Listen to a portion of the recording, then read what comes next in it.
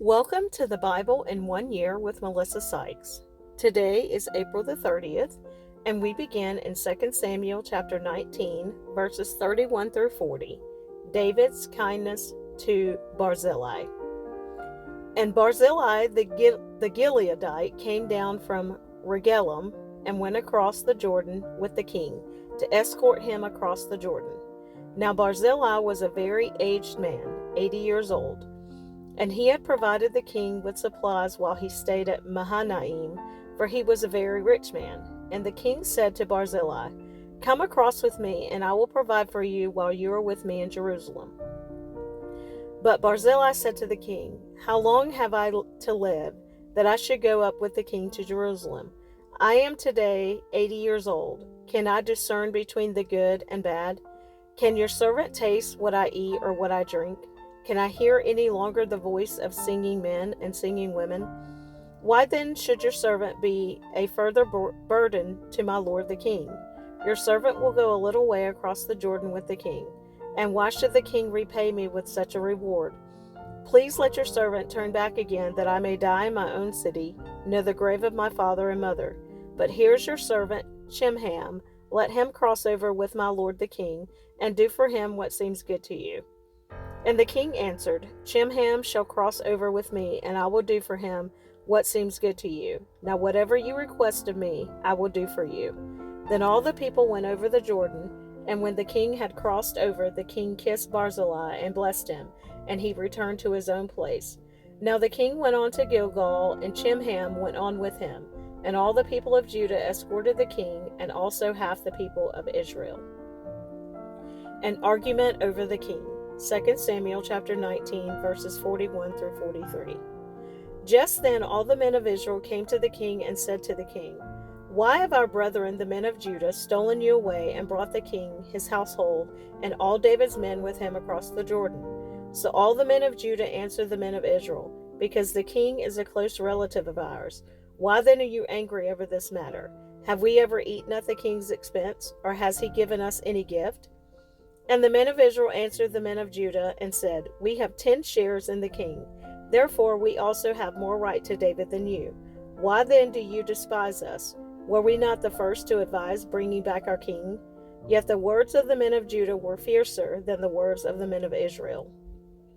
The revolt of Sheba. 2 Samuel chapter 20, verse 1 through 26.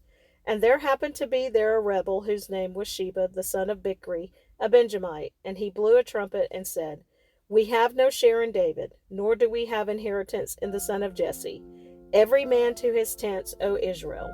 So every man of Israel deserted David and followed Sheba, the son of Bichri.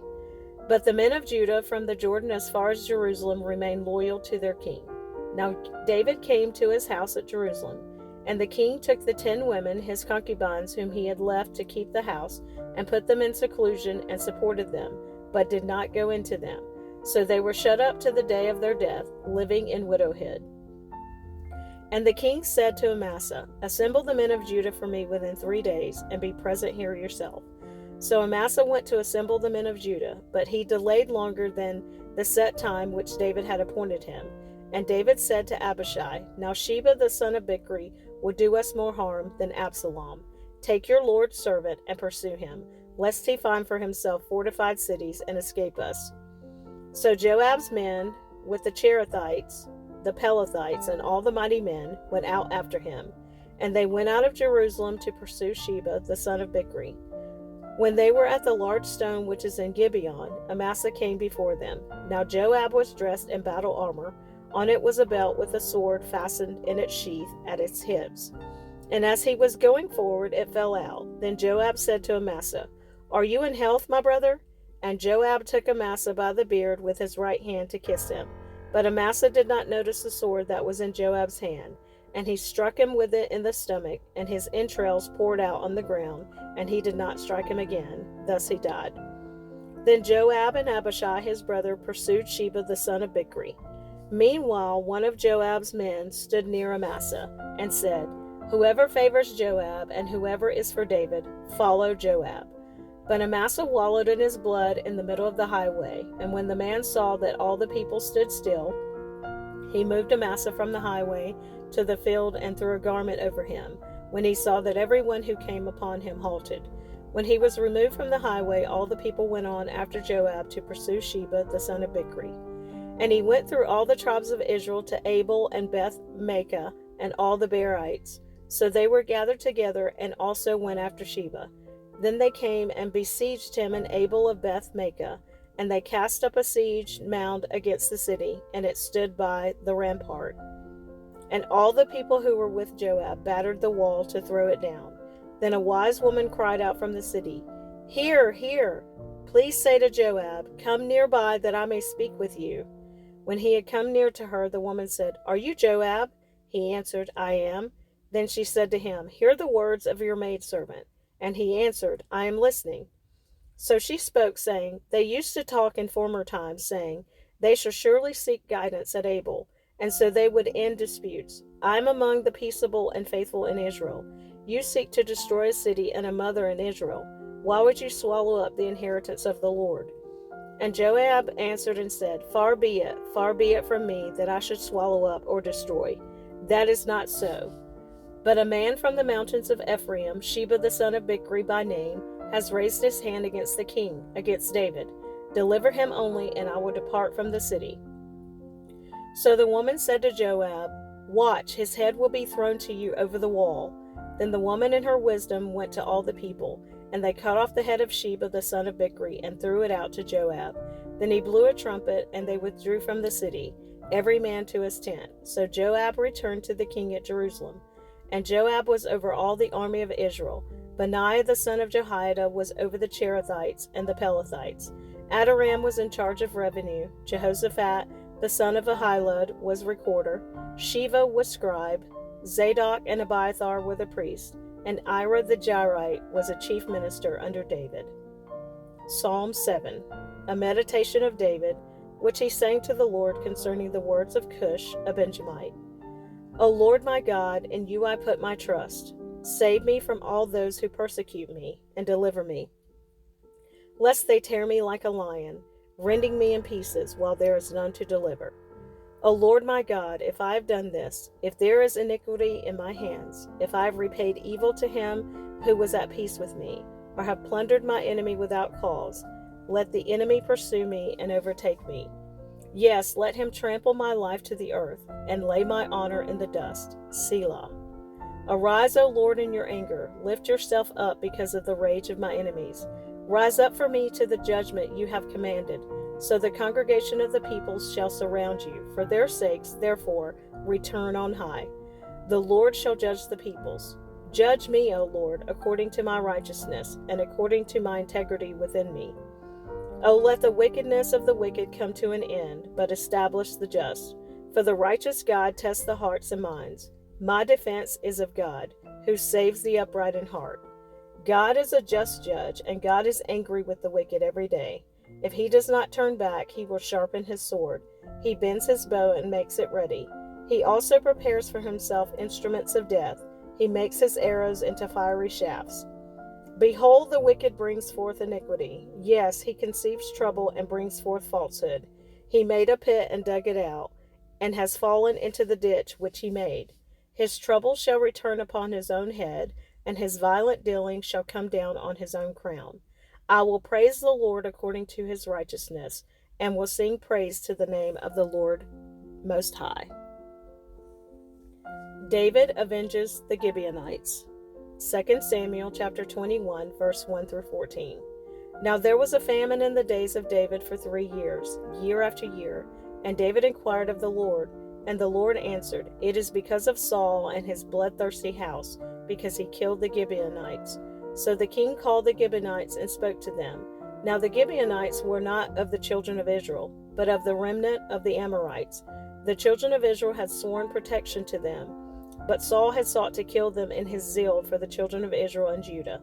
Therefore David said to the Gibeonites, What shall I do for you? And with what shall I make atonement, that you may bless the inheritance of the Lord? And the Gibeonites said to him, We will have no silver or gold from Saul or from his house, nor shall you kill any man in Israel for us. So he said, Whatever you say, I will do for you. Then they answered the king, As for the man who consumed us and plotted against us, that we should be destroyed from remaining in any of the territories of Israel. Let 7 men of his descendants be delivered to us, and we will hang them before the Lord in Gibeah of Saul, whom the Lord chose. And the king said, I will give them. But the king spared Mephibosheth, the son of Jonathan, the son of Saul, because of the Lord's oath that was between them, between David and Jonathan, the son of Saul. So the king took Amani and Mephibosheth, the 2 sons of Rizpah, the daughter of Aiah, whom she bore to Saul, and the 5 sons of Michal, the daughter of Saul, whom she brought up, for Adriel, the son of Barzillai, the Mahalathite, and he delivered them into the hands of the Gibeonites, and they hanged them on the hill before the Lord. So they fell, all 7 together, and were put to death in the days of harvest, in the first days, in the beginning of barley harvest. Now Rizpah, the daughter of Ahiah, took sackcloth and spread it for herself on the rock, from the beginning of harvest until the late rains poured on them from heaven. And she did not allow the birds of the air to rest on them by day, nor the beasts of the field by night. And David was told what Rizpah, the daughter of Ahiah, the concubine of Saul, had done. Then David went and took the bones of Saul and the bones of Jonathan his son from the men of Jabesh Gilead, who had stolen them from the street of Bethshan, where the Philistines had hung them up, after the Philistines had struck down Saul in Gilboa. So he brought up the bones of Saul and the bones of Jonathan his son from there, and they gathered the bones of those who had been hanged. They buried the bones of Saul and Jonathan his son in the country of Benjamin in Zelah, in the tomb of Kish his father. So they performed all that the king commanded, and after that God heeded the prayer for the land. Battles against Philistine giants. 2 Samuel chapter 21, verses 15 through 22. When the Philistines were at war again with Israel, David and his servants with him went down and fought against the Philistines, and David grew faint. Then Ishbi-Benob, who was one of the sons of the giant, the weight of whose bronze spear was 300 shekels, who was bearing a new sword, thought he could kill David. But Abishai the son of Zeruiah came to his aid, and struck the Philistine and killed him. Then the men of David swore to him, saying, You shall go out no more with us to battle, lest you quench the lamp of Israel. Now it happened afterward that there was again a battle with the Philistines at Gob. Then Sibbecai the Hushathite killed Saph, who was one of the sons of the giant. Again there was war at Gob with the Philistines, where Elhanan the son of Jair Oregam, the Beliathite, killed the brother of Goliath the Gittite, the shaft of whose spear was like a weaver's beam. Yet again there was war at Gath, where there was a man of great stature, who had 6 fingers on each hand and 6 toes on each foot, 24 in number, and he also was born to the giant. So when he defied Israel, Jonathan the son of Shimea, David's brother, killed him. These 4 were born to the giant in Gath, and fell by the hand of David and by the hand of his servants. Battles against the Philistines. 1 Chronicles chapter 20, verses 4 through 8. Now it happened afterward that war broke out at Gezer with the Philistines, at which time Sibbecai the Hushathite killed Sappiah, who was one of the sons of the giant, and they were subdued. Again there was war with the Philistines, and Elhanan the son of Jair killed Lami, the brother of Goliath the Gittite, the shaft of whose spear was like a weaver's beam. Yet again there was war at Gath, where there was a man of great stature, with 24 fingers and toes, 6 on each hand and 6 on each foot, and he also was born to the giant. So when he defied Israel, Jonathan the son of Shimea, David's brother, killed him. These were born to the giant in Gath, and they fell by the hand of David and by the hand of his servants.